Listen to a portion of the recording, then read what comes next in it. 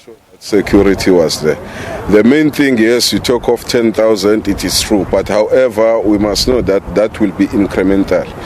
It will not just be 10,000 on the ground, so we are building up. So we have, for now, we are staging the following. In Ladysmith, in Five Side, we use that as an assembly area. Then in Maritzburg, King Obama Kosi, we've got also an area that is a forward mounting base, because you will know that we do not have bigger space to keep all these forces on the ground. So these ones are closer here in case we need any reinforcement. But however, here in KZN, we've got the DLI, that is Durban Light Infantry, and we've got also forces from 121, meaning from Tuba, which are here. So as we this thing deploy, we've also brought some staff, the support staff and all that. Then in terms of the equipment, we are looking for now at 30 water bunkers. I think you call them what? Water tanks? Water tanks. Yeah, those are vehicles with a capacity of 13,500 liters of water per vehicle. So that's what we are bringing. We've got also some earth-moving machines on the ground. But as to commit them, they are not yet committed. Because when we arrive here, we have to sit. Remember, military is not the lead in this case. The Disaster Management Center, it's a lead. So we came in under them. So there's nothing we could do before we know what's happening on the ground. As we are here now, I've got them. We are flying also to identify the exact areas so as to determine the need, what we need to do, because we need now to make quick distinct projects to resolve the problem now. We are not looking at a long extents whereby we build bridges, but we want just to build things which people can be able to cross in and out for now. Maybe it might be cul-de-sac, not cul-de-sac, culverts. Maybe it will be issue of using stones or logs.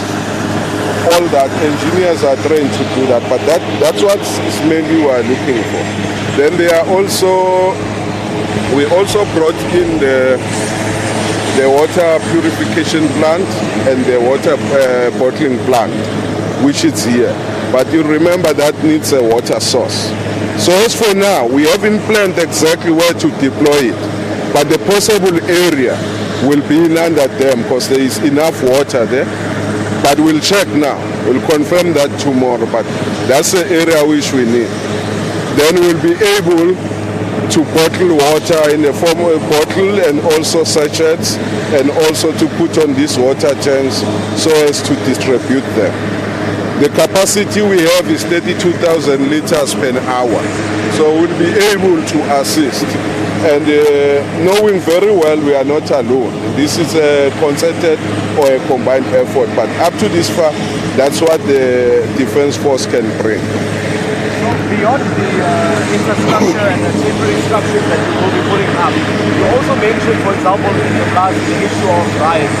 How much of a role are you going to be playing in safety and security during this time?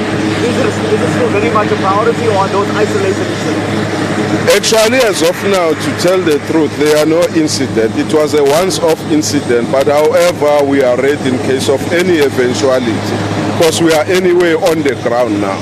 So if there is anything reported, obviously the police will react first. Then if they need assistance, then we'll be in, because we are in the hill. Bob Shongwa, Chriselda Lewis from SABC Television. Chriselda Lewis from SABC Television News. Bob Shongwa, there's been some criticism that perhaps the process is taking too long. We've been to various communities where they want boots on the ground. We respect that processes must be followed. You must establish as well where to deploy those boots on the ground. What do you say to criticism from communities that have been ravaged by these floods, that are hoping that the South African National Defence Force, together with other agencies like the South African Police Service, would be able to get them the much needed aid and assistance in those areas? What do you say to criticism that you're taking long? Indeed, we understand the frustrations of the people that they need something to happen and happen now. But however, we must know that everything, we have to do planning. We can't just jump now and do something. Tomorrow, the very same community will be complaining that what we gave them actually is not right. But however, I'm not trying to justify that. I might also in a way sort of agree that there was unnecessary delay. But you must remember now here, the delay might be caused because it's not one agent as you put it. It's not only the military or this one. You have to combine forces. My understanding, there are people here from Cape Town, Joburg, and all over. Some do not know the area. So you have to get yourself away with the area for you to be able to act and act decisive. So I think if there is a delay, the delay is caused by the planning part of it. But remember, at the same time, you might be referring to the boots on the ground. But we do not see it as a boot on the ground. We see a combined effort. We had already soldiers on the ground early as of last week. You understand that? But now, in terms of action, I think people are going to start as of tomorrow to see now the action. Meaning closing those areas which were opened by the water and assisting with water and all that. So that's the situation now. If you were to be honest, would you say that as a country we were adequately prepared for this disaster, taking all of these things into account, for example, delays and so on? No. As a country, to me, we are prepared. But disaster is disaster. You know, when you do something, talking of preparation or a plan, you need to know certain factors exactly. This came as a shock. For instance, the issues of mudslides. We haven't experienced that. Here today we experience such. But in terms of readiness, we are always ready. We might not really be fully resourced, but we have resources at least to manage the situation. Okay. And I suppose from my side, the reaction was quick. There are a lot of things which have happened now.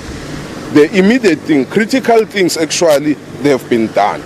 The main part now which we must start with is to connect the people. That's the main issue now. On water, which is a big issue in Durban, and you mentioned your capacity to provide water. How long before we see that going, and how long before we see it reaching those communities? The water is already provided. The Defence Force is just here to augment what is there. So we are going to look at the gaps, and we will try to close those gaps. So that's what's happening. But as to say there was nothing, there are a lot of water tanks delivering water, but we are going to augment that effort. So that's what's happening. Babshongwa, thank you very much indeed. The top brass of the South African National Defence Force briefing the media here. Just take a look towards this direction. I'm going to ask my colleagues to come with me. We suppose at this particular stage this would be part of what is expected to be deployed to these various areas. Let's see some of the choppers from the South African National Defence Force. We'll just take a walk towards there at this particular point. So this is a joint effort between the South African National Defence Force as well as the South African Police Service. You heard there the top brass of the South African National Defence Force indicating that they do believe that there might have been slight delays, but there are processes that are needed at this particular point to ensure that they're able to identify the key areas in which they will be able to deploy this. Some water is needed in these areas. You'd recall on SABC News that we did go to several areas this morning in which they did indicate they're not seeing in those communities the South African National Defence Force as well as these rescue teams that they were told would come to these areas. Dire need for supplies, food, as well as water, and other supplies that these communities are in desperate need of at the moment as they grieve their families. And also while they grieve their families, what will be key also for these operations is an aspect where the search operations are still required at this particular point. So at this point, the hope is that there will be a lot of assistance on the ground, and assistance on the ground pertaining to what these choppers will then do is to take some of these much needed supplies. We heard there that water is one of the issues that is required in these communities. You would also note that in these areas as well, there are multiple scores of people. There is no official figure at this particular point, but all indications are that there are still scores of people at this time that are still in need of dire assistance. They're also waiting to hear if any of their loved ones will still be found, most of them hoping that their loved ones will be found alive in this instance. A little bit earlier on, you would recall, we did speak to community members who did say that their loved ones have been missing for quite some time now, and the fear, of course, is that the loved ones will not be found alive. The more there is a delay in the operations that were promised in these communities. But we're hearing, of course, from the top brass of the South African National Defence Force. You would see here as well, not just choppers of the South African National Defence Force, but also choppers of the South African police service. So what we're looking at is a joint venture at this particular point, in which you see some of these ambulances. The K9 rescue team is also here. So the assumption at this point is that you would have all of these resources sent to these different areas to go and assist where there would be dire need. We've been hearing of multiple areas where communities are saying they're hoping that there will be the assistance that will come. It must come soon, the longer they say they linger on to that hope of making sure that these teams do go out and provide all this assistance, whether it's by the rescue mission or whether it is by providing food aid as well as water. That will include water, of course. These are some of the concerns that have been raised by communities, and the hope is at this time that you'll have these teams on the ground in those efforts to assist, so as to ensure that there are people who will receive assistance at this particular point. So this is where we're expecting. We're at the Virginia airport. We're also expecting a lot of the operations to be managed from this particular point. So the top brass, of course, of the South African National Defence. Let's move towards this direction. I think there's going to be a little bit of an not sure if it's an inspection. All right, so it seems at this particular point, General, are you out and about to assess some of those areas? Yes. All right, which areas will you be starting with this afternoon? We're going to start this side of prospecting, meaning Durban South, but then we'll follow the Umlazi River up to Uchwayo River, and then Nchongweni Dam. From Nchongweni Dam, then we'll cross to Inanda Dam, those areas of Moleni, Nqetho. Then we will also go to Kwatuguza. Those are the areas we are actually... I just forgot Nazareth, where you were the morning, yes. We are going to land there just to assess what we need to do there. Can we come along by any chance? That's the thing. I think tomorrow we'll be able to come along with the same exercise will be done, because for now we are limited by the aircraft, but tomorrow we'll have a bigger aircraft.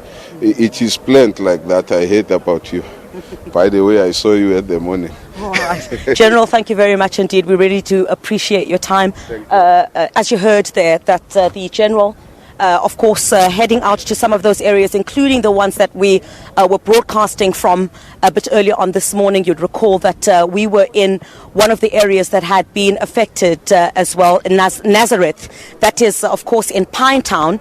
And in Pinetown, that's where some of those challenges were raised by those communities. So the South African National Defence Force, together with the South African Police Service, a joint effort to try and ensure that most of these communities that are in dire need will receive that aid, water amongst, as I indicated, some of the crucial issues that are needed on the ground, as rescue efforts also still get underway. As rescue efforts still get underway, the hope is at this stage that these efforts can finally get underway at this point. What we're hearing, of course, the figure of 10,000, that is the figure of boots, I guess, that would be expected on the ground, but the general indicating that, of course, that number could increase dependent on the need that is seen on the ground. So this assessment that they will do now will inform much of the decision in terms of what more is needed. Is the 10,000 at this stage enough for the process itself to get underway and the required assistance, whether that's going to be enough as well. So the General, together with others of the South African National Defence Force, will then leave here and visit some of those areas. He mentioned KwaDukuza as well as Prospecton. Those are some of the areas which they will go and assess what the situation is at this particular time, and where that crucial aid, water, food, rescue missions still need to get underway. Because as you'd recall a bit earlier on, we had spoken about some of the communities that are complaining at this stage. We can't take more now. It's no more. All right, just a conversation that the General is having there. But however, once that assessment is done, then you'll start to see some movement in some of these communities. These communities, of course, saying that they would have expected a much swifter response. The General indicating that, yes, they believe they could have acted more swifter. But in this instance, all the necessary procedures need to be put in place. Those assessments need to be done to assess which areas have been more severely impacted than others. And that then will inform how this aid will be distributed to these different areas around those that have been merely affected here. You could see the South African National Defence Force with the members of the South African Police Service also who are part of this. So 10,000 is the figure at this stage. But that number could increase. Well, certainly, I know that the South African National Defence Force will be having a media briefing tomorrow. Perhaps we'll be able to get more information pertaining to what exactly will be taking place next. I'm going to hand it back to you in studio, and plans certainly underway at this stage to ensure that those communities that have been calling for assistance, that those plans are put in place as soon as possible. Back to you in studio.